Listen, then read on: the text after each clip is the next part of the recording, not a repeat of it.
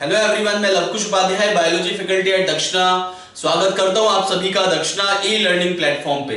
तो आज का जो हमारा टॉपिक है lecture number 4 of human health and disease. Last lecture में मैंने डिस्कस किया था about some viral infections, about some viral diseases. तो उसमें कुछ वायरल डिजीज बाकी रह गई थी, उसी से मैं आज स्टार्ट कर रहा हूं। तो यहाँ पे लास्ट क्लास में मैंने डिस्कस किया जैसे कि डेंगू फीवर के बारे में, जो कि एडिस एजिप्टी मॉस्किटो के काटने की वजह से इसका जो पैरासाइट है यानी कि इसका जो पैथोजन है जिसको आप बोलते हैं राइट आर्बोवायरस जो है उसका ट्रांसमिशन करता है एडिस एजिप्टी। ऐसे ही एडिस एजिप्टी एक मॉस्किटो जो है एक और बीमारी को ट्रांसमिट करता है जिसका नाम है चिकनगुनिया। तो now I am going to discuss in detail about the chikungunya. ये भी एक वायरल इंफेक्शन ही है, so listen carefully. Next is chikungunya.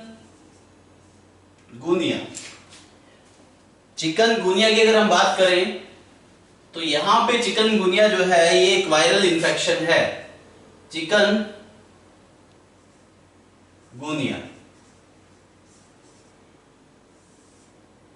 देखिए, अगर बात की जाए चिकनगुनिया की तो ये एक वायरल इंफेक्शन है। Is that clear to all of you? This is caused by chikungunya virus. इस वायरस का नाम भी चिकनगुनिया वायरस ही है। This virus first time isolated from human body and Aedes aegypti। Aedes aegypti mosquito, जिसको आप tiger mosquito भी कहते हैं, पहली बार इस वायरस को आइसोलेट किया ह्यूमन बॉडी से एडिस एजिप्टी मॉस्किटो से 1952 में तंजानिया में। चिकनगुनिया एक तंजानिया लैंग्वेज का वर्ड है। इसका मतलब होता है डबल अप। डबल अप मतलब यहां पे इस पेशेंट में जॉइंट पेन ज्यादा होता है, तो ये मेनली जॉइंट्स को ज्यादा इन्फ्लुएंस करता है, जिसकी वजह से पेशेंट जो है लंगड़ा के चलता है। That's why called chikungunya. Double up walk मतलब होता है लंगड़ा कर चलना। Is that clear to all of you? तो उस वर्ड से डबल अप से इस वर्ड को लिया गया है चिकनगुनिया, और ये जो है तंजानिया लैंग्वेज का वर्ड है। पहली बार तंजानिया में 1952 में इसको ह्यूमन बॉडी से और एडिस एजिप्टी मॉस्किटो की बॉडी से आइसोलेट किया गया। कहां पे? तंजानिया में। तो virus first time isolated from human body and Aedes aegypti in Tanzania. Tanzania एक कंट्री है, वहां पे 1952 में इस वायरस को पहली बार आइसोलेट किया गया, और ये तंजानिया वर्ड है चिकनगुनिया। चिकनगुनिया जो है ये derived from this word, derived from double up. Double up word से ये वर्ड डिराइव्ड हुआ है। Is that clear to all of you? बात समझ में आ रही है? इसका ट्रांसमिशन कैसे होता है? इसका ट्रांसमिशन भी डेंगू मॉस्किटो की तरह, जो डेंगू का मॉस्किटो है जिसको आप एडिस बोलते हो, वही मॉस्किटो चिकनगुनिया का भी ट्रांसमिशन करता है। आर यू गेटिंग और नॉट? ये भी एक मॉस्किटो बॉर्न डिजीज आप इसे कह सकते हैं। मॉस्किटोस का ट्रांसमिशन करता है। This is also like dengue. Are you getting और नॉट? तो इसका जो ट्रांसमिशन करता है वो खुद एडिस एजिप्टी नाम का मॉस्किटो जो है वो इसका ट्रांसमिशन करता है। Female mosquito. फीमेल मॉस्किटो हमेशा जो पैथोजेंस को ट्रांसमिट करते हैं, ट्रांसमिशन करते हैं, वो हमेशा फीमेल मॉस्किटो होते हैं। Is that clear? जो बाइट करते हैं राइट, वो हमेशा फीमेल मॉस्किटो होते हैं और वही इन पैथोजेंस का ट्रांसमिशन करते हैं। Is that clear to all of you? इसके बाद चिकनगुनिया के जो मेजर सिम्टम्स है ये आपको पता होने चाहिए। इसके जो मेजर सिम्टम्स है, हम मेजर सिम्टम्स की बात कर रहे हैं। Fever is very common, chillness is also very common, headache,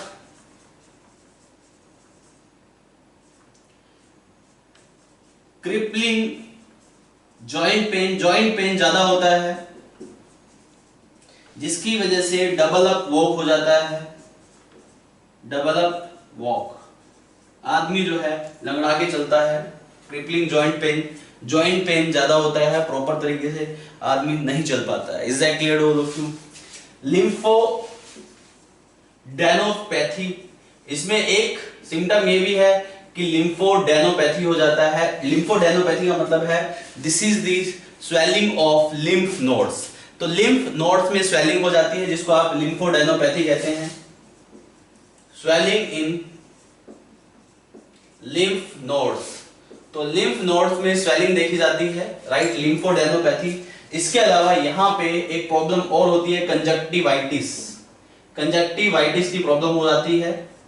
is that clear? Conjunctiva आपने सुना होगा, जो आपका कोर्निया है उसकी जो आउटर मोस्ट लेयर होती है उसको कंजक्टिवा बोलते हैं, राइट। और इसमें इन्फ्लेमेशन की वजह से कंजक्टिवाइटिस भी बोलते हैं। कंजक्टिवाइटिस को पिंक आई डिजीज भी कह सकते हैं। आर यू गेटिंग और नॉट? तो कंजक्टिवाइटिस एक सिम्टम है, चिकनगुनिया में कंजक्टिवाइटिस की प्रॉब्लम होती है। बाकी हीमोरेजिक कंडीशन यानी कि ब्लीडिंग जैसी कंडीशन भी डेवलप हो सकती है। हीमोरेजिक कंडीशन भी डेवलप हो सकती है। Is that clear to all of you? In case of chikungunya. इसके अलावा वॉमिटिंग की प्रॉब्लम्स भी देखी जा सकती है। तो these are the major symptoms which occur in chikungunya. तो चिकनगुनिया एक तंजानिया लैंग्वेज का वर्ड है। 1952 में पहली बार ह्यूमन बॉडी से और एडिस एजाइप्टी से इस वायरस को, राइट, आइसोलेट किया गया था। Is that clear to all of you? और ये चिकनगुनिया का जो मतलब होता है वो होता है double up. Is that clear to all of you? यहां पे इसका transmission Aedes aegypti, female Aedes aegypti का ट्रांसमिशन करता है। और इसके जो मेजर सिम्टम्स है लाइक फीवर, चिलनेस, हेडेक। इसका प्राइमरी सिम्टम्स होता है जॉइंट पेन। जॉइंट पेन इसमें ज्यादा होता है। तो crippling joint pain, double up walk, lymphadenopathy, जो लिम्फ नोड्स होती हैं उसमें स्वेलिंग आ जाती है in case of chikungunya. Conjunctivitis, haemorrhagic condition भी डेवलप हो जाती है और वॉमिटिंग जैसी कंडीशन भी डेवलप होती है। So these are the symptoms of the chikungunya. तो ये हो गया चिकनगुनिया, जो कि ये एक वायरल इंफेक्शन है। ये भी एक वायरल इंफेक्शन है लाइक डेंगू फीवर, और ये भी मच्छर के काटने से फैलता है like dengue fever. Is that clear to all of you? इसके बाद नेक्स्ट इज हेपेटाइटिस। तो अगला जो वायरल फीवर है जिसको आप बोलते हैं वायरल इंफेक्शन है हेपेटाइटिस। हेपेटाइटिस को आप सिंपली कहते हैं this is the condition of inflammation of liver. यहां पे इस कंडीशन में लिवर का इन्फ्लेमेशन हो जाता है। जितने भी टाइप के हेपेटाइटिस है उसमें सब में कॉमन एक ही बात है कि इन्फ्लेमेशन ऑफ लिवर हो जाता है। हेपेटाइटिस का सिंपल मतलब है inflammation of liver. Inflammation of liver, liver का इन्फ्लेमेशन होना ही हेपेटाइटिस है। देखिए लिवर में हेपेटोसाइट सेल प्रेजेंट होती है। Is that clear to all of you? और यहाँ पे हेपेटाइटिस जो वर्ड है वो लिवर के लिए है, यानी कि लिवर में इन्फ्लेमेशन हो जाता है, इसे आप हेपेटाइटिस कहते हैं। मेनली ये जो हेपेटाइटिस है, ये हेपेटाइटिस एक वायरल इन्फेक्शन भी हो सकता है, वायरस की वजह से भी हेपेटाइटिस हो सकता है। इसके अलावा यहाँ पे कुछ केमिकल्स, ड्रग्स की वजह से भी हेपेटाइटिस हो सकता है, अल्कोहल कंज्यूम करने की वजह से भी हेपेटाइटिस हो सकता है। तो हेपेटाइटिस होने के बहुत सारे रीजन हैं। हेपेटाइटिस सिर्फ पैथोजेंस की वजह से नहीं होता है। हेपेटाइटिस कंडीशन डेवलप होने के there are so many reasons which can develop the hepatitis condition which can cause of inflammation of liver. तो ये बात आपको याद रखनी है कि हेपेटाइटिस हमेशा पैथोजन से नहीं होता है, खाली वायरस से हेपेटाइटिस नहीं होता। हालांकि ये वायरल भी है, वायरल हेपेटाइटिस कई टाइप के होते हैं, वायरल हेपेटाइटिस भी है। लेकिन इसके अलावा हेपेटाइटिस जो है वो कुछ केमिकल, ड्रग्स आप कंज्यूम करते हैं जो कि हमारे लीवर के लिए हार्मफुल होता है, या आप अल्कोहल कंज्यूम करते हैं जो कि हमारे लीवर के लिए हार्मफुल होता है। तो अल्कोहल, ड्रग्स, केमिकल की वजह से भी ये हेपेटाइटिस वाली कंडीशन डेवलप हो सकती है। आर यू गेटिंग और नॉट? तो hepatitis, this infection, this problem can develop due to virus की वजह से, वायरल इंफेक्शन की वजह से ये कंडीशन डेवलप हो सकती है। केमिकल ड्रग्स, कुछ केमिकल ड्रग्स की वजह से भी ये कंडीशन डेवलप हो सकती है। इसके अलावा ये अल्कोहल, अगर आपको अल्कोहल का एडिक्शन है, आप रेगुलर अल्कोहल कंज्यूम करते हैं, अल्कोहल कंजप्शन से भी हेपेटाइटिस हो सकता है। Is that clear? Liver damage हो सकता है अगर आप ज्यादा अमाउंट में अल्कोहल कंज्यूम करते हैं। Is that clear to all of you? इसके अलावा जो हेपेटाइटिस के जो टाइप्स है, नाउ टाइप्स ऑफ हेपेटाइटिस की मैं बात कर रहा हूं। How many types of hepatitis? Listen carefully. तो टाइप्स ऑफ हेपेटाइटिस में आता है जैसे कि number 1 hepatitis A, hepatitis A, number 2 hepatitis B, number 3 hepatitis C, number 4 hepatitis D and number 5 hepatitis E. There are mainly 5 types of hepatitis. Hepatitis A, hepatitis B, hepatitis C, hepatitis D and hepatitis E. ये 5 types के hepatitis होते हैं and you must understand about all these 5 types of hepatitis. तो सबसे पहले बात करते हैं hepatitis A के बारे में. Hepatitis A को आप क्या कहते हैं? You must understand about this. Listen carefully. देखिए, तो बात करते हैं सबसे पहले hepatitis A की. देखिए, लिसन केयरफुली.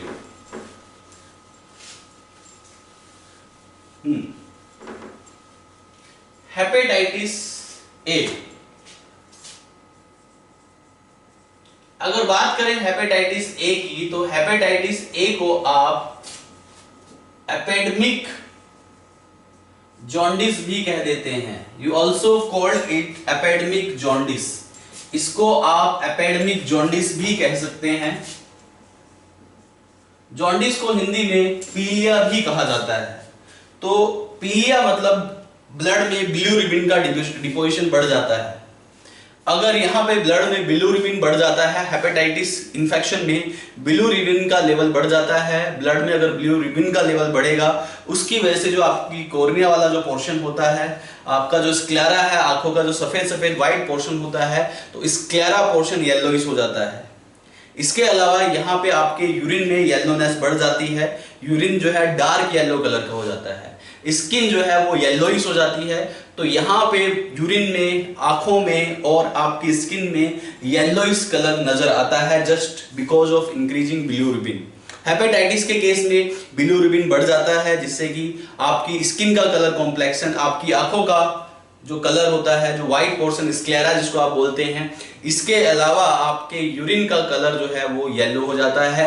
इसलिए इस बीमारी को पीलिया कहा जाता है. हिंदी में इसको आप पीलिया कहते हैं. तो हेपेटाइटिस ए, जिसको आप एपिडेमिक जॉन्डिस भी कहते हैं. Is that clear? एक चीज मैं आपको यहाँ पे और क्लियर कर दूं, ये जितने भी आप हेपेटाइटिस देख रहे हैं, मैं यहीं पे बता देता हूँ आपको. Hepatitis A, hepatitis B, C, D and E, इन चारों पांचों टाइप के हेपेटाइटिस में, ये जितने भी हेपेटाइटिस है ए से लेके ई तक, राइट, इन पांचों टाइप के हेपेटाइटिस में हेपेटाइटिस ए में जो वायरस होता है वो सिंगल स्ट्रैंडेड आरएनए उसका जेनेटिक मटेरियल है. इस बात पे एग्जाम में क्वेश्चन पूछ लिया जाता है कि हेपेटाइटिस ए के वायरस में कौन से टाइप का जेनेटिक मटेरियल है. तो ये जेनेटिक मटेरियल याद रखना आपके लिए बहुत जरूरी है. आपको इससे रिलेटेड क्वेश्चन जरूर मिल जाएगा एग्जाम में. तो हेपेटाइटिस ए में सिंगल स्ट्रैंडेड आरएनए होता है. हेपेटाइटिस बी में भी सिंगल, हेपेटाइटिस बी में डबल स्ट्रैंडेड डीएनए है और बाकी सभी में सिंगल स्ट्रैंडेड आरएनए है. बाकी सभी में सिंगल स्ट्रैंडेड आरएनए है. तो हेपेटाइटिस में ए मेजॉरिटी ऑफ हेपेटाइटिस जिसमें कि सिंगल स्ट्रैंडेड आरएनए होता है. बस यहाँ पे एक ही एक्सेप्शन है, हेपेटाइटिस बी में डबल स्ट्रैंडेड डीएनए होता है. बाकी सभी में सिंगल स्ट्रैंडेड आरएनए है. तो यहाँ पे टाइप ऑफ जेनेटिक मटेरियल पे भी क्वेश्चन आ जाता है. तो बड़ा आसान है याद करना. हेपेटाइटिस बी में सिर्फ डबल स्ट्रैंडेड डीएनए है और बाकी जितने भी टाइप के हेपेटाइटिस देख रहे हैं उनके genetic material single stranded RNA होता है. Is that clear to all of you? अब एक चीज मैं आपको और क्लियर कर दूं कि इनका ट्रांसमिशन जनरली कैसे होता है. जैसे हेपेटाइटिस ए की मैं बात करूं तो ये इसका ट्रांसमिशन फीको ओरल रूट से होता है. फीको ओरल रूट का मतलब ये है कि कंटेमिनेटेड फूड और वाटर को कंज्यूम करने से, राइट, क्योंकि फूड और वाटर कहां से पास होता है? फीको ओरल रूट से पास होता है. तो कंटेमिनेटेड फूड एंड वाटर को कंज्यूम करने से ये इंफेक्शन होता है. हेपेटाइटिस बी जो होता है, ये हेपेटाइटिस बी एक एसटीडी में भी आता है, सेक्सुअली ट्रांसमिटेड डिजीज. यानी कि ये जो है ब्लड ट्रांसफ्यूजन, अगर आप इसका प्राइमरी रोल देखें तो ये बॉडी फ्लूइड के कांटेक्ट में आने की वजह से, सलाइवा के कांटेक्ट में आने की वजह से, राइट, यूरिन के कांटेक्ट में आने की वजह से, ब्लड के कांटेक्ट में आने की वजह से हेपेटाइटिस बी होने के चांसेस होते हैं. तो ये जो है ब्लड ट्रांसफ्यूजन की वजह से होता है. याद रहे आपको, हेपेटाइटिस बी ब्लड ट्रांसफ्यूजन. बाकी हेपेटाइटिस सी जो है वो भी ब्लड ट्रांसफ्यूजन से होगा.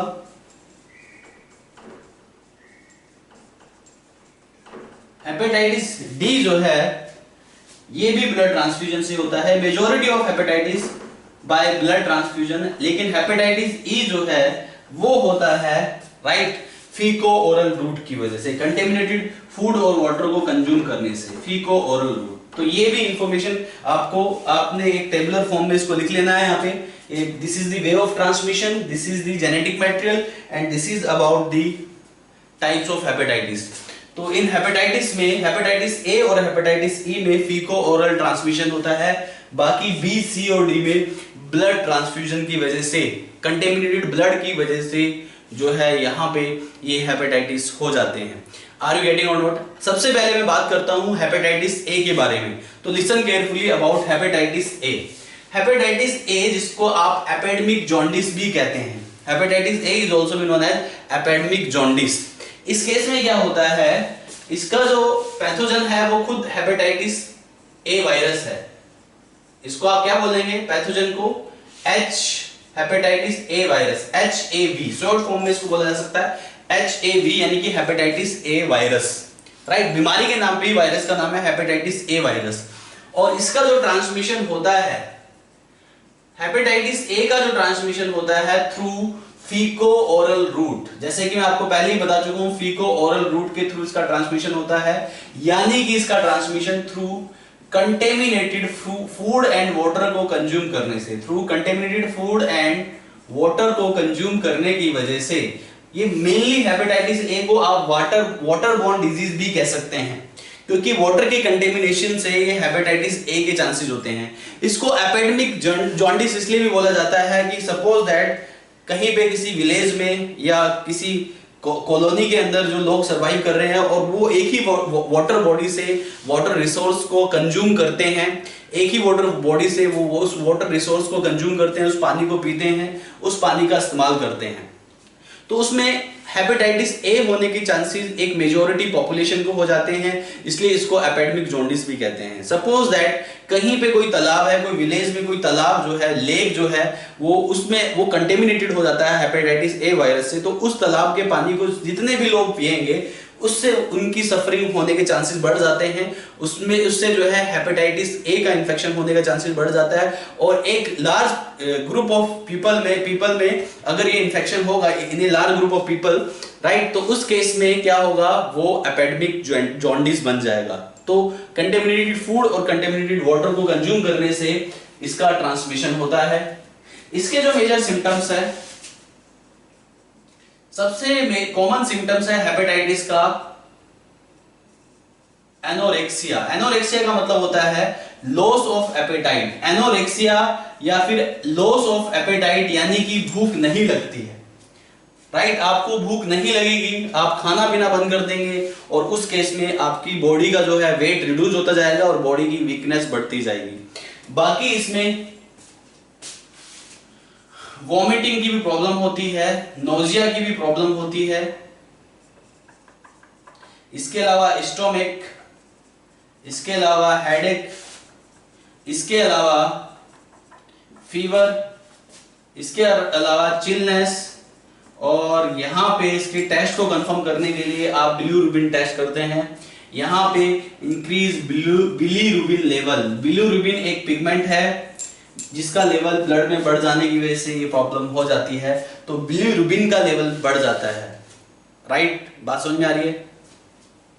यहां पे एज ए ट्रीटमेंट जो है क्या दिया जाता है, ट्रीटमेंट के तौर पे यहाँ पे प्लेंटी ऑफ लिक्विड दिया जाता है पेशेंट को, जो कि कंटेमिनेटेड ना हो, प्लेंटी ऑफ लिक्विड दिया जाएगा। इसके अलावा यहाँ पे बेड रेस्ट भी बहुत जरूरी है, क्योंकि पेशेंट में ऑलरेडी वीकनेस आ जाती है। और इसके अलावा यहाँ पे एक मेडिसिन भी दी जाती है, एक ग्लोबुलिन भी दिया जाता है, ग्लोबिन भी दिया जाता है, जिसको आप बोलते हैं गामा ग्लोबिन इंटरफेरोन। तो गामा ग्लोबिन इंटरफेरोन यहाँ पे पेशेंट को दिया जाता है ट्रीटमेंट के तौर पे। तो गामा ग्लोबिन इंटरफेरोन, यहाँ पे ये पॉइंट आपको याद रखना है, गामा ग्लोबिन इंटरफेरोन, राइट, इससे आप जॉन्डिस को सही कर सकते हैं। तो गामा ग्लोबिन इंटरफेरोन से जॉन्डिस को यानी कि हेपेटाइटिस ए का ट्रीटमेंट पॉसिबल है, गामा ग्लोबिन इंटरफेरोन की वजह से। तो यहाँ पे हेपेटाइटिस ए और एपिडेमिक जॉन्डिस, ये पैथोजन कौन से पैथोजन की होता है वजह से होता है? हेपेटाइटिस ए वायरस की वजह से होता है। Transmission is faeco oral route contaminated food and water को कंज्यूम करने से। एनोरेक्सिया इसका प्राइमरी सिम्टम है, लॉस ऑफ एपेटाइट हो जाता है। Is that clear to all of you? Vomiting, nausea, stomach, fever, chillness, headache and bilirubin का level बढ़ जाता है, जिसकी वजह से पिगमेंटेशन बॉडी की येलो पिगमेंटेशन हो जाती है, इसलिए इसको पीलिया भी कहते हैं। ट्रीटमेंट में प्लेंटी ऑफ लिक्विड दिया जाता है, बेड रेस्ट दिया जाता है, और इसके अलावा गामा ग्लोबिन इंटरफेरोन से इसको क्योर किया जा सकता है। आर यू गेटिंग और not? So this is all about hepatitis A. Next is hepatitis B that I am going to discuss. अगला जो है वो है hepatitis B that I am going to discuss. अगर बात करें हेपेटाइटिस बी की, तो हेपेटाइटिस बी जो है एक सेक्सुअली ट्रांसमिटेड डिजीज भी है। अनप्रोटेक्टेड सेक्स करने की वजह से हेपेटाइटिस बी के चांसेस बढ़ सकते हैं। Is that clear? इसके अलावा ब्लड ट्रांसफ्यूजन की वजह से, कंटेमिनेटेड सिरिंज का इस्तेमाल करने से, जो लोग इंट्रावेनस ड्रग लेते हैं यानी कि इंजेक्शन से ड्रग्स कंज्यूम करते हैं, इंट्रावेनस ड्रग्स कंज्यूम करने वाले लोगों को भी हेपेटाइटिस बी होने के चांसेस बढ़ सकते हैं। और हेपेटाइटिस बी एक ऐसा इन्फेक्शन है कई सालों तक हमारी बॉडी में रहता है, और कभी कभी तो पूरी लाइफ हमारी बॉडी में रहता है, राइट, अगर आप इसका ट्रीटमेंट नहीं लेते हैं। और ट्रीटमेंट लेने के बावजूद भी ये पूरी तरीके से जाता नहीं है, और ये आपकी लाइफ थ्रू आउट लाइफ मौजूद रहेगा। This is very important question, it can frame in your exam कि कौन सा हेपेटाइटिस ऐसा है जो पूरी लाइफ हमारी बॉडी में मौजूद रहता है, थ्रू आउट मैनी ईयर्स हमारी बॉडी के अंदर मौजूद रहता है, तो वो है हेपेटाइटिस बी। हेपेटाइटिस बी का जो इन्फेक्शन है that is present throughout life in our body, हमारी बॉडी में पूरी लाइफ मौजूद रह सकता है ये इन्फेक्शन। एंड दिस इन्फेक्शन, एक क्वेश्चन और फ्रेम हो जाता है हेपेटाइटिस बी पे कि ये जो इन्फेक्शन है hepatitis B, this is more infectious than HIV AIDS. AIDS से भी ज्यादा इन्फेक्शियस माना जाता है हेपेटाइटिस बी को, क्योंकि इसका ट्रांसमिशन बहुत ही फास्ट रेट से होता है। तो इसका transmission as compare to HIV virus, hepatitis B virus का ट्रांसमिशन बहुत ही स्पीडली होता है। Is that clear to all of you? तो हाईली इन्फेक्शियस, ये क्वेश्चन एग्जाम में फ्रेम हो चुका है कि which virus is highly infectious, even infectious more than HIV। HIV से भी ज्यादा इन्फेक्शियस कौन से वायरस को माना जाता है, राइट, वो है hepatitis B virus. Are you getting और नॉट? और ये इन्फेक्शन हेपेटाइटिस बी बहुत ही हाईली इन्फेक्शियस कंसीडर किया जाता है। तो यहाँ पे हम बात करते हैं हेपेटाइटिस बी के बारे में।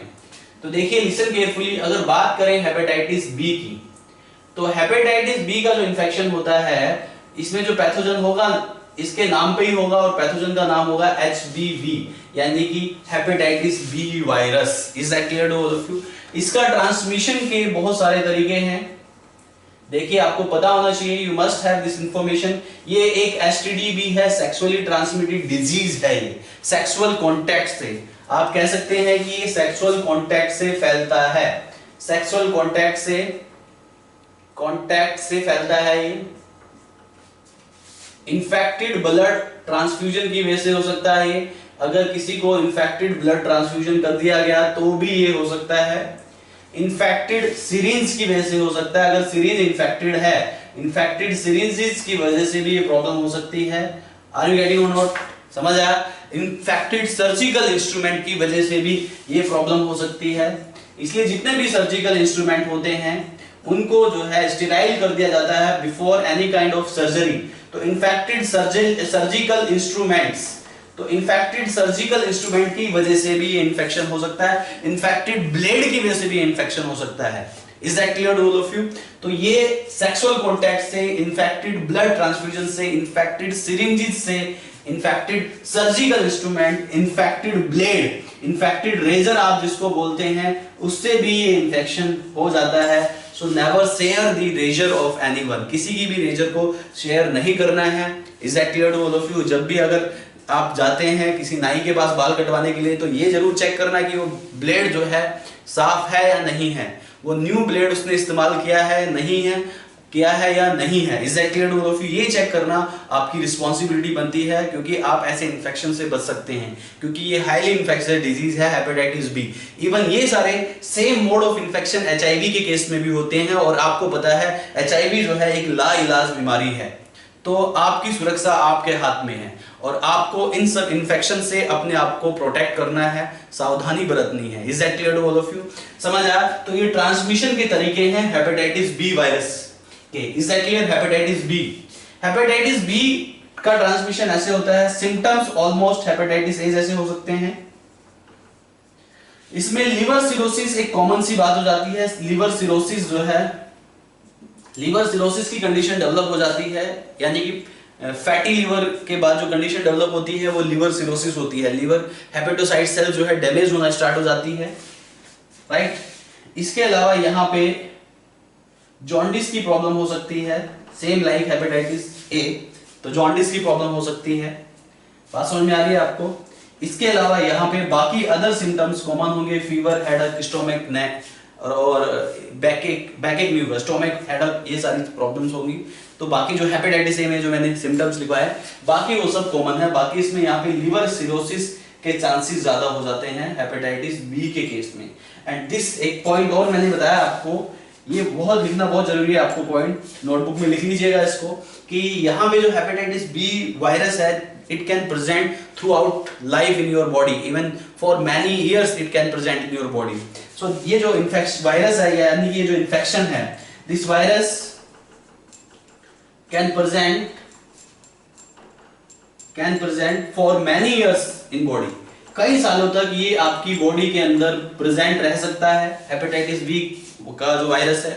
इसके अलावा even sometimes through out life also, पूरी लाइफ आपकी बॉडी में ये इंफेक्शन प्रेजेंट रह सकता है थ्रू आउट लाइफ। तो कई बार तो ये कई सालों तक रहता है और कई बार ये जो है पूरी लाइफ आपकी बॉडी में इंफेक्शन बना रहता है। Is that clear to all of you? This is infectious than HIV AIDS, more infectious than HIV AIDS. तो ये पॉइंट भी आपको लिख लेना है, this is more infectious than. ये दो पॉइंट एग्जाम में क्वेश्चन में फ्रेम हो चुके हैं, इसलिए मैं बता रहा हूं, more infectious than HIV AIDS. AIDS से भी ज्यादा इन्फेक्शियस माना जाता है हेपेटाइटिस बी के इन्फेक्शन को। और हेपेटाइटिस बी के केस में यहाँ पे एक वैक्सीन बनाया गया है हेपेटाइटिस बी को क्योर करने के लिए, राइट, जो कि पेशेंट को दिया जाता है एज प्रोफाइलैक्सिस। प्रोफाइलैक्सिस का मतलब यहाँ पे इम्यूनिटी डेवलप की जाती है पेशेंट की बॉडी में। जैसे कि आप ओरल पोलियो वैक्सीन लेते हैं, ऐसे ही हेपेटाइटिस बी का वैक्सीन भी आप लेके अपने आप को हेपेटाइटिस बी से बचा सकते हैं। और ये जो वैक्सीन है ये सेकंड जनरेशन वैक्सीन है। About type of vaccine I will discuss in detail, first generation, second generation and third generation. 3 different types के जनरेशन वाले वैक्सीन होते हैं। When I will come to that topic, vaccination पे जब मैं आऊंगा तो आपको वैक्सीन के टाइप्स के बारे में पढ़ाऊंगा। हेपेटाइटिस बी के लिए जो वैक्सीन दिया जाता है एक सेकंड जनरेशन वैक्सीन जिसका नाम है रिकॉम्बी वैक्स HB, यानी कि हेपेटाइटिस बी। रिकॉम्बी वैक्स HB नाम का एक वैक्सीन है जो कि सेकंड जनरेशन वैक्सीन है, राइट। ये एज ए ट्रीटमेंट पेशेंट को दिया जाता है। तो इसमें जो ट्रीटमेंट आप देंगे हेपेटाइटिस बी में, आप ट्रीटमेंट कैसे देंगे, राइट? देखिए, listen carefully, what is the treatment of hepatitis B? You must understand about this, listen carefully. तो एज ए ट्रीटमेंट आप हेपेटाइटिस बी के पेशेंट को ट्रीटमेंट क्या देंगे? ध्यान दीजिए, listen carefully. What is the treatment you will give to the patient of hepatitis B? ध्यान दीजिए। तो यहां पे एज ए ट्रीटमेंट आप पेशेंट को किस तरीके से आप ट्रीट करेंगे, पेशेंट को किस तरीके से आप क्योर करेंगे, you must understand about this. यहां पे जो ट्रीटमेंट दिया जाएगा पेशेंट को, is that clear all of you? As a treatment जो है यहां पे एक वैक्सीन है जिसका नाम है Recombivax vaccine, Recombivax HB, Recombivax HB, and this is second generation vaccine. ये सेकंड जनरेशन वैक्सीन इसको माना जाता है। सेकंड जनरेशन वैक्सीन का मतलब ये है, this vaccine is prepared with the help of recombinant DNA technology. भाई मैंने आपको पढ़ाया था बायोटेक्नोलॉजी प्रिंसिपल एंड प्रोसेसेस में, और सॉरी एप्लीकेशन वाले चैप्टर में मैंने पढ़ाया था कि कुछ मेडिसिन, कुछ ड्रग्स, कुछ वैक्सीन जो है रिकॉम्बिनेंट DNA टेक्नोलॉजी से डेवलप किए जाते हैं। जनरली ऐसे वैक्सीन जो कि आप रिकॉम्बिनेंट DNA टेक्नोलॉजी से डेवलप करते हैं, ऐसे वैक्सीन को जनरली सेकंड जनरेशन वैक्सीन कहा जाता है। तो हेपेटाइटिस बी में सेकंड जनरेशन वैक्सीन जिसका नाम रिकॉम्बी वैक्स BHB है, सेकंड जनरेशन वैक्सीन है और इसको एज ए ट्रीटमेंट पेशेंट को दिया जाता है. This is used as a treatment for the patient. Right, this vaccine is given to the patient for the prevention of hepatitis B. Hepatitis B को prevent करने के लिए वैक्सीन दिया जाता है. This vaccine prevent the hepatitis B. ये hepatitis B को prevent कर देता है. So this is all about hepatitis B. Is that clear? तो हेपेटाइटिस बी जो है ये इन्फेक्शन हेपेटाइटिस बी वायरस से होता है. ट्रांसमिशन सेक्सुअल कॉन्टैक्ट से हो सकता है, कंटेमिनेटेड ब्लड ट्रांसफ्यूजन से हो सकता है, contaminated syringes, contaminated surgical instrument, contaminated blades, and this is more infectious than HIV. ये एचआईवी से ज्यादा, एचआईवी एड्स से ज्यादा इन्फेक्शियस है. कौन सा? Hepatitis B is more infectious than HIV. Is that clear? तो ये बात आपको याद रखनी है. Is that clear? तो ये मोर इन्फेक्शियस है. इसके अलावा this can be present for many years in your body even throughout your life. पूरी लाइफ भी ये वायरस जो है हमारी बॉडी में प्रेजेंट रह सकता है. इसकी वजह से लिवर सिरोसिस जैसी प्रॉब्लम, जॉन्डिस जैसी प्रॉब्लम और बाकी जितने भी जॉन्डिस में कॉमन सिम्टम्स होते हैं वो इसमें देखे जाते हैं. आर यू गेटिंग और नॉट? तो this is all about hepatitis B. और इसके ट्रीटमेंट के लिए आप रिकॉम्बी वैक्स, जो कि एक सेकंड जनरेशन वैक्सीन है, that is given to the person to prevent the hepatitis B. Hepatitis B को रोकने के लिए रिकॉम्बी वैक्स के वैक्सीन दिए जाते हैं. आर यू गेटिंग और नॉट? रिकॉम्बी वैक्स के जो वैक्सीन है इसका एक पर्टिकुलर कोर्स होता है. आप इससे अपनी इम्यूनिटी को डेवलप कर सकते हैं अगेंस्ट दिस वायरस. इस वायरस को एज ए प्रोफाइलैक्सिस लगवाया जाता है, यानी कि बीमार होने से पहले ही रोकथाम की जाती है. Prevention is better than cure. Are you getting और नॉट? तो आप इस वैक्सीन को लगवा सकते हैं जिससे कि इन फ्यूचर आपको हेपेटाइटिस बी के चांसेस ना हो. आर यू गेटिंग और नॉट? तो ये हो गया हेपेटाइटिस बी के बारे में. इसके बाद I am going to discuss about the hepatitis C. Next is hepatitis C. So listen carefully. Hepatitis C के बारे में देखते हैं. देखिए, हेपेटाइटिस सी. देखिए, अगर हेपेटाइटिस सी की बात की जाए तो हेपेटाइटिस सी क्या है? हेपेटाइटिस सी वायरस की वजह से होता है. These are the type of virus. Hepatitis A, hepatitis B, C, D, E, these are the type of virus. तो हेपेटाइटिस सी जो है वो हेपेटाइटिस सी वायरस की वजह से होता है. Pathogen same, pathogen hepatitis C virus, HCV, simply आप कहिए HCV हेपेटाइटिस सी वायरस की वजह से होता है. और इसका ट्रांसमिशन जो है, इसकी जो क्लिनिकल कंडीशन है, मैं इतना लिख देता हूं, सारी क्लिनिकल कंडीशंस जो हैं, ऑल क्लिनिकल कंडीशंस लाइक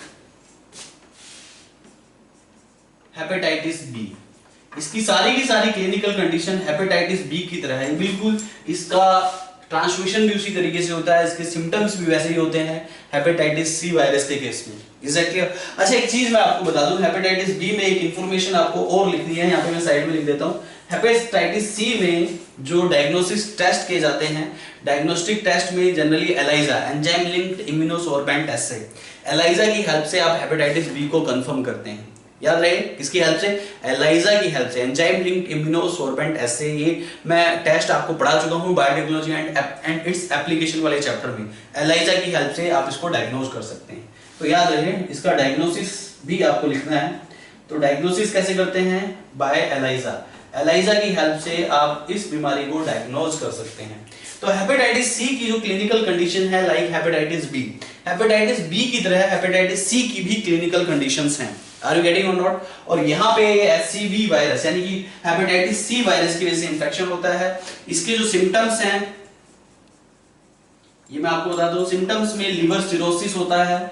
और यहाँ पे एक सिम्टम और ऐड कर लीजिए, हेपेटाइटिस सी की वजह से लिवर कैंसर जैसी प्रॉब्लम तो होती ही है. और जॉन्डिस इज वेरी कॉमन. तो jaundice is common in all kind of hepatitis. Liver cirrhosis और हेपेटाइटिस सी में लिवर कैंसर होने के चांसेस भी रहते हैं.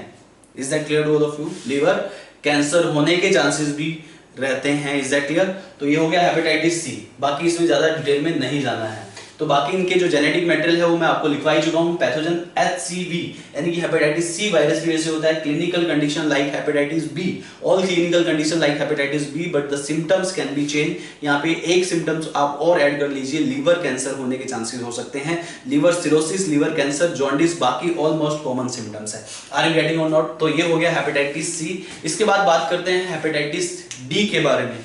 Is that clear to all of you? Next is hepatitis D.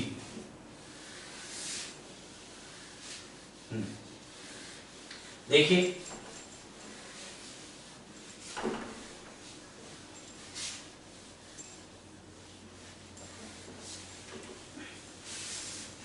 listen carefully, I am going to discuss about hepatitis D। देखिए please, अगर बात करें हेपेटाइटिस डी की, हेपेटाइटिस डी की मैं बात कर रहा हूं, ध्यान दीजिएगा please. If I am going to discuss about the hepatitis D कि what is exactly hepatitis D, तो हेपेटाइटिस डी जो है ये इंफेक्शन भी हेपेटाइटिस डी वायरस की वजह से होता है। You must understand about this infection. तो इसका जो पैथोजन है वो, उसको आप क्या बोलेंगे? HDV यानी कि हेपेटाइटिस डी वायरस। और इसका जो ट्रांसमिशन होता है, इसका ट्रांसमिशन भी हेपेटाइटिस बी और सी की तरह ही होता है। ट्रांसमिशन कैसे होता है इसका? Transmission by sexual contact. Sexual contact की वजह से होता है, ब्लड ट्रांसफ्यूजन की वजह से होता है, like hepatitis B. Hepatitis B की तरह इसका भी ट्रांसमिशन होता है। इसके जो सिम्टम्स हैं, right, this is more lethal than hepatitis B virus. ये हेपेटाइटिस बी वायरस से भी ज्यादा लीथल है। कभी कभी ऐसा होता है कि हेपेटाइटिस बी वायरस और हेपेटाइटिस डी वायरस दोनों का एक साथ भी इंफेक्शन हो सकता है कि ऑलरेडी बॉडी में हेपेटाइटिस बी वायरस है तो हेपेटाइटिस डी भी आ गया। तो अगर ऐसा होता है, ऐसी कंडीशन कभी डेवलप होती है कि दोनों वायरस का इंफेक्शन है एक साथ बॉडी में, it can be more dangerous to you, it can be more lethal to you, and this virus is more lethal than hepatitis B virus. ये हेपेटाइटिस बी वायरस से भी ज्यादा लीथल है। Is that clear? तो ये generally जो है blood transfusion, sexual contact में इसके चांसेस कम है, ये हेपेटाइटिस बी जितना इन्फेक्शियस नहीं है, लेकिन ब्लड ट्रांसफ्यूजन से इसके चांसेस ज्यादा हैं, but this is more lethal than hepatitis B. ये हेपेटाइटिस बी से ज्यादा लीथल माना जाता है। तो सिम्टम्स जो है इसके, सिम्टम्स जैसे कि लीवर सिरोसिस कंडीशन डेवलप हो सकती है, या फिर लीवर कैंसर भी इस केस में डेवलप हो सकता है। यहाँ पे हेपेटाइटिस डी के इन्फेक्शन को रोकने के लिए जो नवजात बच्चा पैदा होता है, एक इन्फेंट होता है, उसका प्रोफाइलैक्सिस किया जाता है, उसको वैक्सीनेटेड किया जाता है, उसको इम्यूनाइज किया जाता है, उसमें इम्यूनिटी को बूस्ट किया जाता है फॉर अगेंस्ट दिस इन्फेक्शन। इस इन्फेक्शन के अगेंस्ट कुछ वैक्सीन दिए जाते हैं, राइट। इसमें जो एज ए ट्रीटमेंट आप देते हैं, पहले ही जब बच्चा पैदा होता है तो हेपेटाइटिस डी के वैक्सीन लगा दिए जाते हैं। Is that clear? तो यहाँ पे एक वैक्सीन है एंजेरिक्स बी, एक वैक्सीन है सैनवैक बी, एक वैक्सीन है एनीवैक बी, राइट। तो ये 3 टाइप के वैक्सीन हैं, एंजेरिक्स बी, सैनवैक बी एंड एनीवैक बी। तो एंजेरिक्स बी, सैनवैक बी, एनीवैक बी, ये 3 टाइप के वैक्सीन हैं जो कि पेशेंट को दिए जाते हैं, पेशेंट को नहीं, एक बच्चे को दिए जाते हैं। प्रोफाइलैक्सिस, याद रहे, प्रोफाइलैक्सिस का मतलब ये है कि एडवांस में आप प्रिवेंट कर रहे हैं, ऐसे वैक्सीन दे रहे हैं जिससे कि एडवांस में इस बीमारी से प्रोटेक्ट हो जाए। आप ये वैक्सीन तब नहीं दे रहे जब वो बीमारी हो गई है, क्योंकि उसके बाद इसका कोई इलाज नहीं है, लेकिन आप ये वैक्सीन को एडवांस में देके प्रिवेंट कर सकते हैं इन्फेक्शंस को, इसे आप प्रोफाइलैक्सिस कहते हैं। तो ये क्या है? प्रोफाइलैक्सिस है, प्रोफाइलैक्सिस आप बोलते हैं, यानी कि you can prevent this infection. ये जो एंजेरिक्स बी का जो वैक्सीन दिया जाता है, ये दिया जाता है किसको? ये दिया जाता है जब बच्चा 0 डेज पे होता है, यानी कि पहला दिन है या जब बच्चा पैदा हुआ है, तब इसको एंजेरिक्स बी वैक्सीन को दे सकते हैं। सैनवैक बी, आर यू गेटिंग और नॉट? सैनवैक बी जो है ये 1 मंथ के बच्चे को दिया जाता है, एंड सैनवैक एनीवैक सी बी ये 6 मंथ के बच्चे को दिया जाता है। तो जब बच्चा पैदा हुआ है तब देना है, जब वो 1 महीने का है तब देना है, जब वो 6 मंथ का है तब देना है। Is that clear? तो ये वैक्सीन दिए जाते हैं एक न्यूबॉर्न चाइल्ड को, जिससे कि हेपेटाइटिस डी के इन्फेक्शन से बच सके। एंड ये पॉइंट और लिखना है, this is more lethal than hepatitis B. ये हेपेटाइटिस बी से ज्यादा लीथल माना जाता है, हेपेटाइटिस बी से ज्यादा लीथल माना जाता है इस इन्फेक्शन को। And these infections can be together in your body, hepatitis B and hepatitis D. ये भी एग्जाम में क्वेश्चन फ्रेम हो सकता है कि कौन से दो हेपेटाइटिस है जो कि एक साथ हो सकते हैं, hepatitis B and hepatitis D. Is that clear to all of you? These both infection can be together, ये पॉइंट आपको लिखना है, राइट? बोथ इन्फेक्शंस, कौन कौन से infections? Hepatitis B and hepatitis D. Hepatitis B and hepatitis D, these both infections can be together. ये infection एक साथ किसी को भी हो सकते हैं। Are you getting or not? तो ये हो गया आपका hepatitis D के बारे में। This is all about the hepatitis D. Now last I'm going to discuss about hepatitis E. ये भी आपको समझना है, ठीक है? तो hepatitis D जो है वो more lethal than hepatitis B, but these infections can be together. Hepatitis B और hepatitis D दोनों इन्फेक्शन एक साथ हो सकते हैं। ये hepatitis D वायरस की वजह से होता है, सेक्सुअल कॉन्टैक्ट, ब्लड ट्रांसफ्यूजन से इसका ट्रांसमिशन होता है। Symptom liver cirrhosis, liver cancer और बाकी अदर कॉमन जॉन्डिस वगैरह तो इसमें कॉमन आ ही जाते हैं। इसमें प्रोफाइलैक्सिस में ये वैक्सीन दिए जाते हैं, एंजेरिक्स बी, सैनवैक बी एंड एनीवैक बी। ये 0 दिन पे दिया जाता है, ये 1 मंथ, ये 6 मंथ, जिससे कि इन्फेंट को इम्यूनाइज कर दिया जाता है, इम्यूनिटी बूस्टअप कर दी जाती है इस इन्फेक्शन के लिए, जिससे कि इन फ्यूचर उसको हेपेटाइटिस डी जैसा इन्फेक्शन ना हो। आर यू गेटिंग और नॉट? तो these are the general informations about the hepatitis. Next is hepatitis E, that is the last hepatitis that I am going to discuss. Hepatitis E के बारे में discuss कर रहा हूं, listen carefully. Next is hepatitis E, that I am going to discuss now. देखिए, listen carefully. Hepatitis E की बात करते हैं। तो जो हेपेटाइटिस E है, हेपेटाइटिस E का जो ट्रांसमिशन होता है वो हेपेटाइटिस A वायरस की तरह होता है, राइट? तो ये जो इन्फेक्शन है, इसमें जो आप पैथोजन लिखेंगे, इन्फेक्शन जो है वो किसकी वजह से होता है? हेपेटाइटिस ई वायरस की वजह से होता है। इसका जो ट्रांसमिशन होता है, आप कैसे कहेंगे ट्रांसमिशन कैसे होता है इसका? Through faeco oral route. इसका ट्रांसमिशन फीको ओरल रूट के थ्रू होता है। Is that clear to all of you? यानी कंटेमिनेटेड फूड, कंटेमिनेटेड वाटर को कंज्यूम करने से हेपेटाइटिस ई वायरस का इंफेक्शन हो सकता है। आर यू गेटिंग और नॉट? तो ये जो है ट्रांसमिशन जो है इसका by contaminated food and water. तो कंटेमिनेटेड फूड एंड वाटर दोनों की वजह से इस इंफेक्शन का ट्रांसमिशन हो सकता है हेपेटाइटिस ई का, राइट? यहां पे इस इंफेक्शन में pathogen hepatitis E virus, transmission faeco oral route के थ्रू हो सकता है। कंटेमिनेटेड फूड एंड वाटर को कंज्यूम करने से ये इंफेक्शन हो सकता है, जिसको आप हेपेटाइटिस ई कहते हैं। और एक बहुत ही इंपॉर्टेंट बात, इसके सिम्टम्स जो होंगे, लाइक हेपेटाइटिस ए के वाले सिम्टम्स होंगे, इसमें जॉन्डिस की कंडीशन डेवलप हो जाती है। और जॉन्डिस से एसोसिएटेड सिम्टम्स आपको पता ही है कि हेडेक होना, फीवर होना, लॉस ऑफ एपेटाइट होना, बिलिरुबिन का लेवल बढ़ जाना, ये कॉमन सी चीज हो जाती है। तो इसमें जॉन्डिस आप एज ए कॉमन सिम्टम लिख सकते हैं। इसके अलावा ये जो है, this is more lethal virus for pregnant lady. अगर प्रेगनेंसी के टाइम पे, राइट, इस वायरस का इंफेक्शन उस लेडी को हो जाता है, तो it can cause of death that lady who is already pregnant, जो कि ऑलरेडी प्रेग्नेंट है। तो प्रेगनेंसी के टाइम पे ये बहुत ही घातक सिद्ध होता है। Is that clear to all of you? It can cause of death of pregnant lady. तो ये प्रेग्नेंट वुमेन को बहुत ज्यादा इन्फ्लुएंस करता है। तो ये बात आपको याद रखनी है कि प्रेग्नेंट वुमेन को इस किस्म का इन्फेक्शन नहीं होना चाहिए, राइट? इसकी वजह से मिसकैरेज जैसी प्रॉब्लम भी हो सकती है, अबॉर्शन हो जाता है, is that clear to all of you, child का, और उस फीमेल की डेथ भी हो सकती है। तो ये जो है, this is very sensitive virus for pregnant women. एक प्रेग्नेंट वुमेन में can cause of death, it can be cause of death in a pregnant women. तो एक प्रेग्नेंट वुमेन में ये कॉज ऑफ डेथ हो सकता है, it can be cause of death in a pregnant women. Is that clear to all of you? तो ये information आपको याद रखनी है। So this is all about viral infections. And this is all about hepatitis. इसी के साथ हमारे जो वायरल इन्फेक्शन है which are important for your exam point of view, जिससे कि जनरली एग्जाम में क्वेश्चन पूछे जाते हैं, ये सारी इंफॉर्मेशंस मैंने यहाँ पे कवर कर दी है वायरल इन्फेक्शन में, और इससे रिलेटेड जितने भी क्वेश्चन होंगे वो आप आसानी से कर सकते हैं। Is that clear to all of you? इसके बाद I will come to the protozoan infection, so listen carefully about the protozoan infections. Now I am going to discuss about the protozoans infections. There are two protozoans infections which are given in your NCERT syllabus. One is amoebiasis, another is malaria.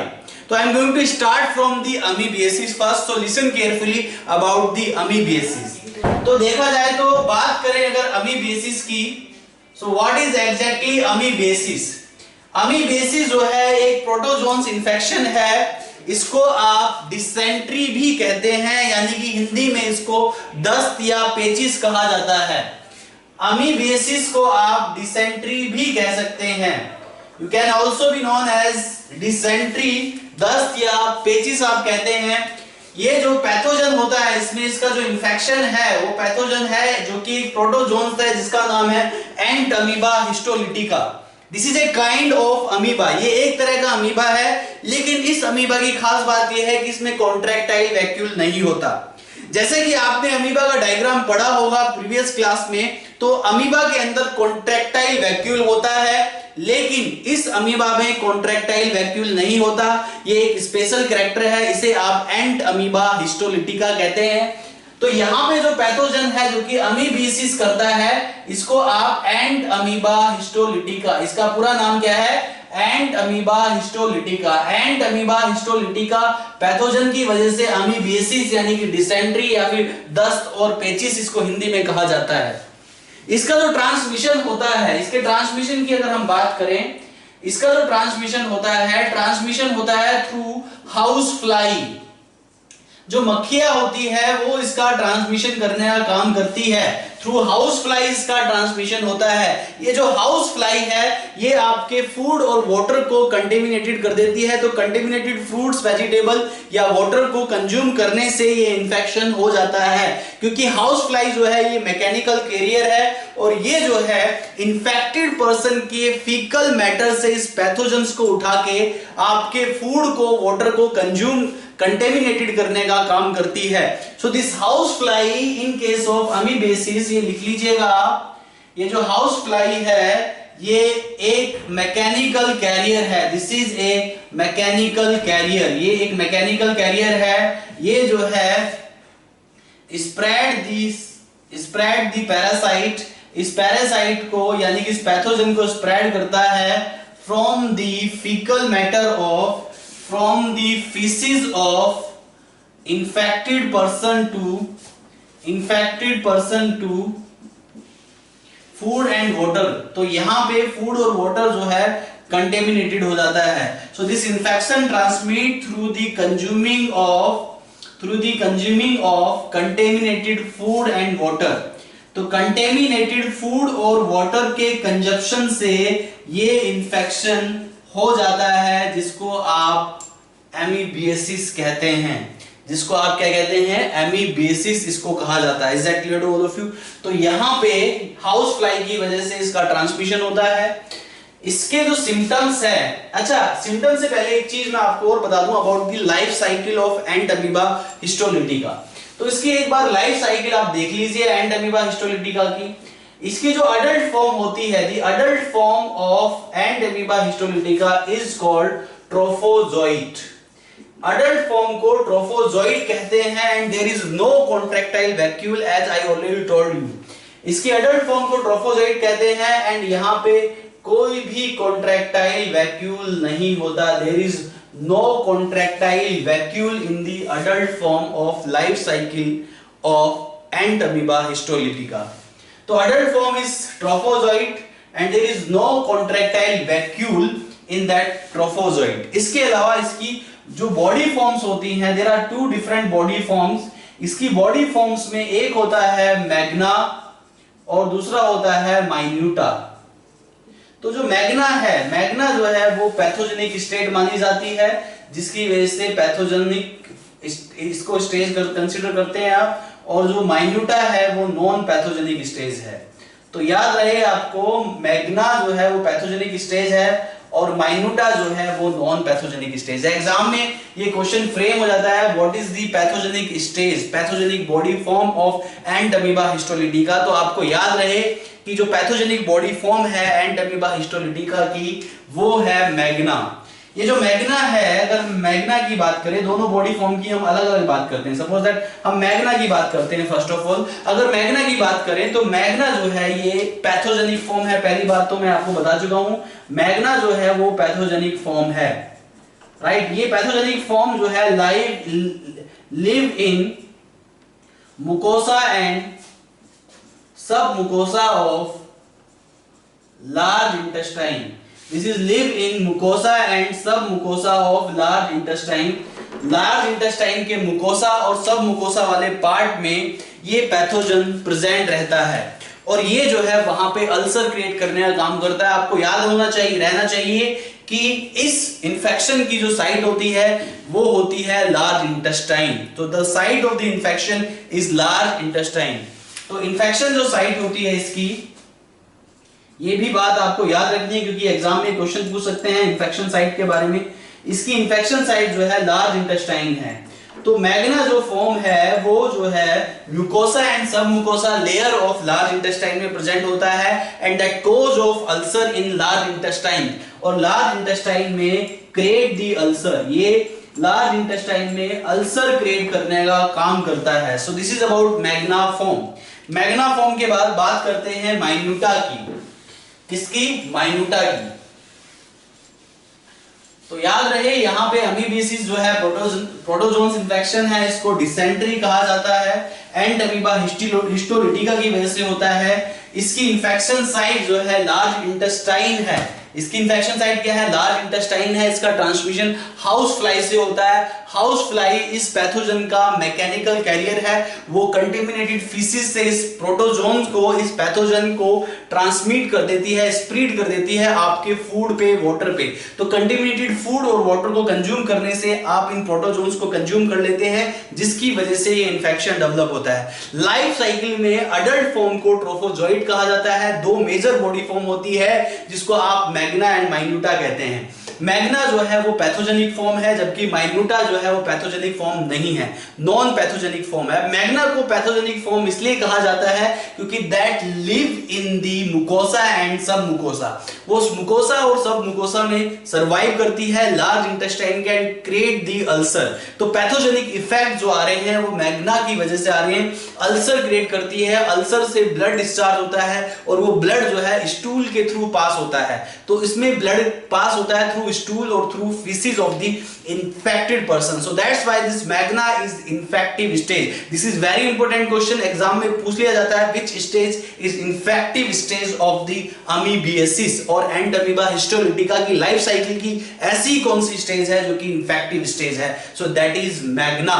Magna is infective stage. Sorry, infective stage नहीं, मैंने गलत बोल दिया यहाँ पे। infective stage दूसरी होगी, sorry. I'm repeating again, magna is pathogenic stage. ये pathogenic form है, याद रहे। pathogenic stage और infective stage दोनों में difference होता है। By mistake मैंने यहाँ पे infective stage बोला, but this is pathogenic form that I already told you. तो ये pathogenic stage है, is that clear? तो ये pathogenic stage पूछने के लिए अगर एग्जाम में है तो you will write the answer magna. Are you getting or not? इसके बाद माइन्यूटा की बात करते हैं। अगर माइन्यूटा की बात करें तो ये नॉन पैथोजेनिक फॉर्म है। This is non pathogenic form, pathogenic form नहीं है, नॉन पैथोजेनिक स्टेज आप बोल सकते हैं। And this is live in lumen of, ये कहां सर्वाइव करता है? Lumen of large intestine. ये मुकोसा और सब मुकोसा में नहीं होता, ये अल्सर क्रिएट नहीं करता है, ये लुमिन में प्रेजेंट होता है लार्ज इंटेस्टाइन की, जिसको आप माइन्यूटा बोलते हैं। और माइन्यूटा में यहां पे सिस्ट फॉर्मेशन होती है। याद रहे कौन सी स्टेज में सिस्ट फॉर्मेशन होती है? माइन्यूटा में सिस्ट फॉर्मेशन होती है। Is that clear? माइन्यूटा में सिस्ट फॉर्मेशन होती है। ये भी एग्जाम में क्वेश्चन पूछा जाता है कौन सी स्टेज में सिस्ट फॉर्मेशन स्टार्ट होता है? तो माइन्यूटा में जो है सिस्ट फॉर्मेशन होती है। ये नॉन पैथोजेनिक स्टेज है। Is that clear to all of you? तो माइन्यूटा जो है नॉन पैथोजेनिक स्टेज है। ये कहां सर्वाइव करता है? लुमिन ऑफ इंटेस्टाइन में। There is no creation of ulcer due to minuta. Ulcer create नहीं होता है माइन्यूटा से, कोई इससे कोई पैथोजेनिक इफेक्ट नहीं आता है, इसलिए नॉन पैथोजेनिक स्टेज है। तो दोनों पैथोजेनिक स्टेज में भी क्वेश्चन अगर पूछा जाए तो माइन्यूटा आप लिख सकते हैं।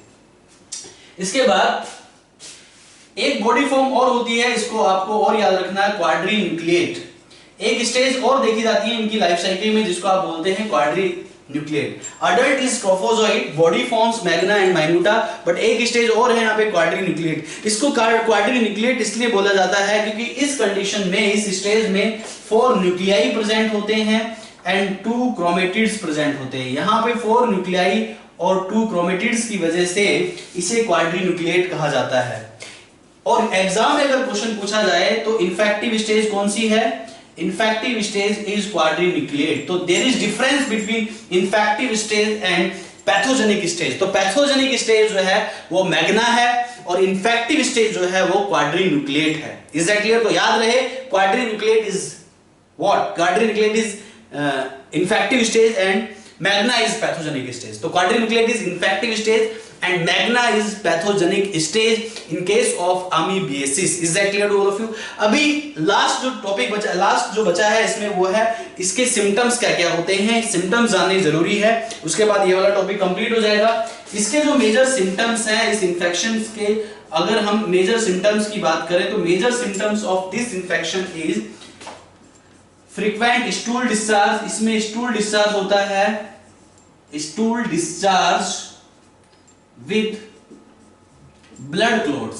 स्टूल में ब्लड क्लॉट्स देखे जाते हैं।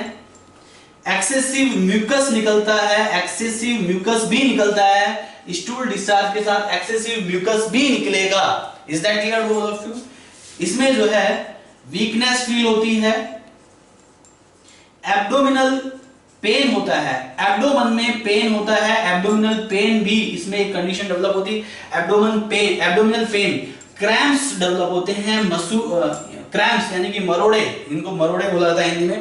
क्रैम्प्स डेवलप हो जाता है, एब्डोमिनल पेन डेवलप हो जाता है, एक्सेसिव म्यूकस डेवलप हो जाता है, वीकनेस डेवलप हो जाती है, stool discharge with blood clot. So these all are the information of amoebiasis and this is the protozoan infection. Now I will discuss next protozoan infection that is very important for your exam point of view, malaria, and about the malarial plasmodium and malarial life cycle that I will discuss in my next class. तब तक के लिए thank you very much. Bye bye. Take care.